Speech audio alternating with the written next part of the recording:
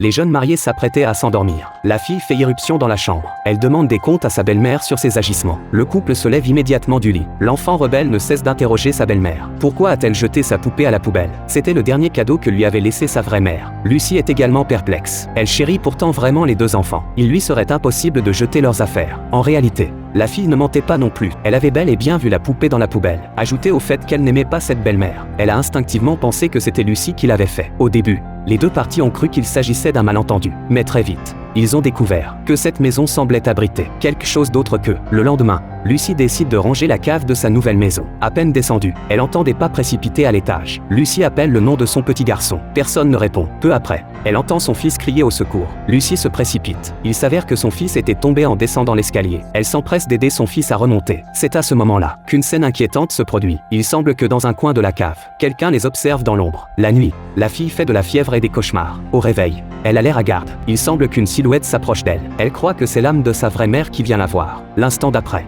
elle pousse un cri perçant, qui réveille Lucie en sursaut. Lucie se précipite dans la chambre de sa fille. En regardant par le trou de la serrure, elle voit que sa fille semble maintenue par une force. Elle se débat sans arrêt. Lucie n'a d'autre choix que de défoncer la porte. Heureusement, la fille n'a subi aucune blessure. Elle ne sait même pas ce qui vient de se passer. Elle se souvient seulement d'avoir vu sa vraie mère. Après s'être calmée, la jeune fille dit vouloir aller dormir dans la chambre de son petit frère. Depuis l'enfance, quand ils ne se sentent pas bien ou sont malheureux, les deux enfants restent ensemble. Après le départ de sa fille, Lucie commence à ramasser les débris du verre brisé. Elle découvre par hasard un magnifique collier ancien. Au début, elle pensait que c'était un cadeau du petit ami de sa fille. Mais la fille dit que son petit ami n'offrirait jamais ce genre de choses. C'est étrange. Le collier n'appartient pas à sa fille. Il n'est pas à elle non plus. Son mari est en déplacement professionnel. À qui appartient donc ce collier? Le soir, Lucie va chercher son fils à l'école et rentre à la maison. En entrant, elle entend toute la maison résonner de chansons bruyantes. Ce son ne provient pas d'un seul lecteur. Tous les appareils de la maison capables d'émettre du son ont été allumés. Lucie pense que c'est encore un coup de sa fille rebelle. Mais après avoir éteint tous les équipements audio, elle découvre que sa fille vient juste d'être raccompagnée par son petit ami. Cela signifie que quelqu'un d'autre était entré dans la maison avant leur retour.